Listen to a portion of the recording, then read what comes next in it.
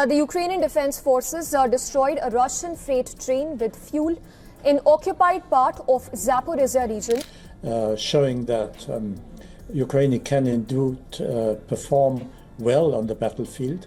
He's claimed on Telegram that there is no longer Russian railway communication through occupied Zaparisia region. What happens when over 3.6 million pounds of Russian fuel and ammunition, enough to fuel an entire three-division push, suddenly vanishes in fire? This wasn't just another convoy destroyed. It was the backbone of a southern offensive meant to break Zaparisia. And yet, a mix of drones, the size of toolboxes, ground robots, and a few daring strikes turned it into rubble within minutes. The real question, how did Ukraine pull off a precision takedown that forced Moscow to halt and regroup? By the end of this video, you'll understand why logistics became Russia's greatest weakness. Before we move on, I'd like to ask you a small favor. If you appreciate this content, please take a second to like this video and subscribe to the channel. Over 98% of you watch the videos without subscribing. It costs you nothing, but it makes a huge difference to us. So did you click the subscribe button? Great. Thank you so much. Now back to the video. Imagine Russian air defense crews launching volleys of $60,000 interceptor missiles, their radar screens cluttered with ghost signatures of jets and drones that weren't really there. Each roar of ignition sounded like a victory, but when the smoke cleared, nothing had been shot down. Behind them, unguarded and vulnerable, a convoy the size of a small town began to ignite. It wasn't random chaos. It was a planned trap. That the Ukrainian Defense Forces destroyed a Russian freight train with fuel in occupied part of Zaparisia region. Reports suggest that Russian freight train has derailed after an explosion rocked this particular place. In fact, this specific freight train, one designed to bleed Russia's defenses before striking their most valuable assets in transit. The target was no small column of trucks. It was a lumbering resupply convoy hauling 3.6 million pounds of fuel and ammunition, rolling toward forward positions that needed every gallon to keep three divisions moving. Fuel was the bloodline of Russia's advance, and the convoy represented weeks of operational reserves.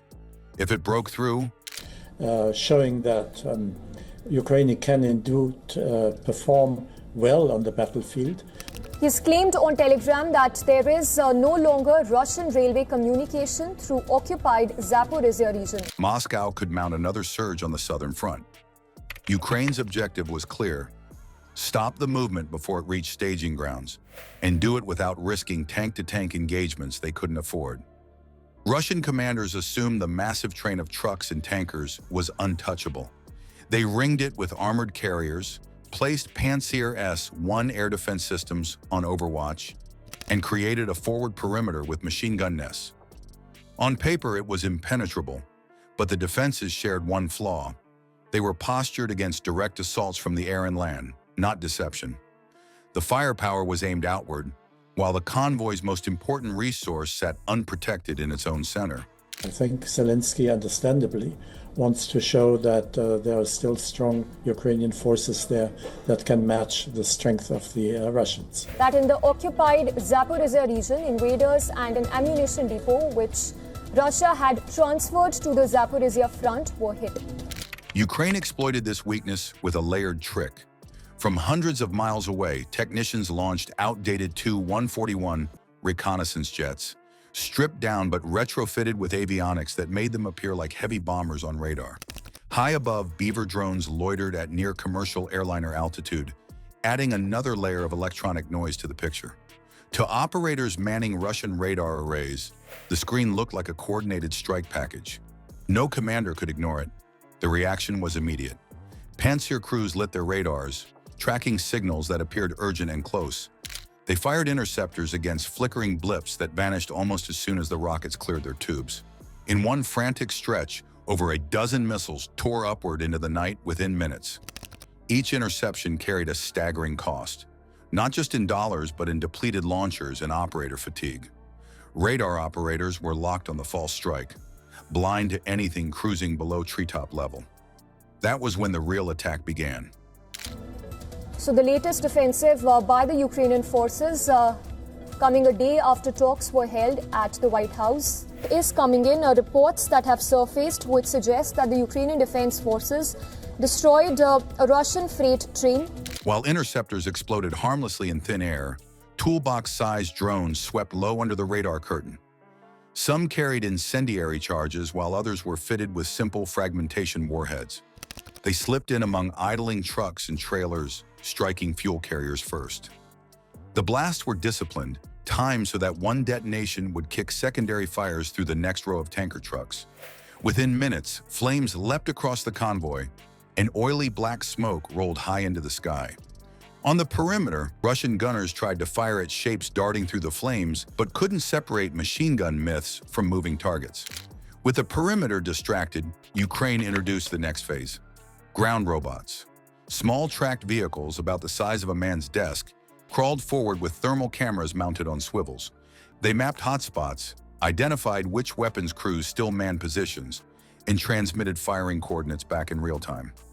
These little machines weren't shooters. They were scouts for strikes still to come. The escalation was brutal. As fuel trucks exploded, Ukrainian iron beetles closed in.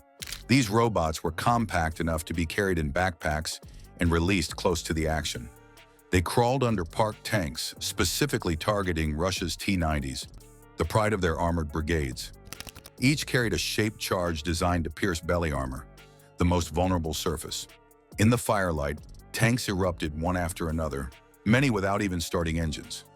By the time Russian officers realized the threat wasn't airborne phantoms, but creeping machines underfoot, half the convoy was already lost. The air defense batteries that should have defended them were empty, their attention wasted on decoys. Armored vehicles sat crippled, fuel infernos consumed supplies, and the supposed steel wall had collapsed without ever exchanging direct fire. But this destruction wasn't the finale. The convoy strike was only preparation, a smokescreen masking a deeper blow. Ahead lay a target far more valuable than trucks and tanks.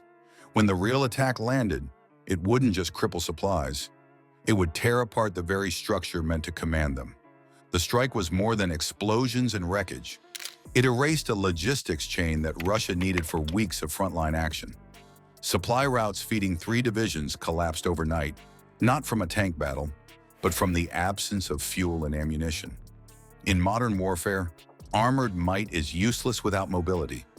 A convoy or depot is easier to hit than a moving tank column, but the effect spreads further, stalling operations before they begin. Tanks without fuel are no longer weapons, they are obstacles. Don't forget to like and subscribe, and let me know in the comments if you think logistics will decide this war.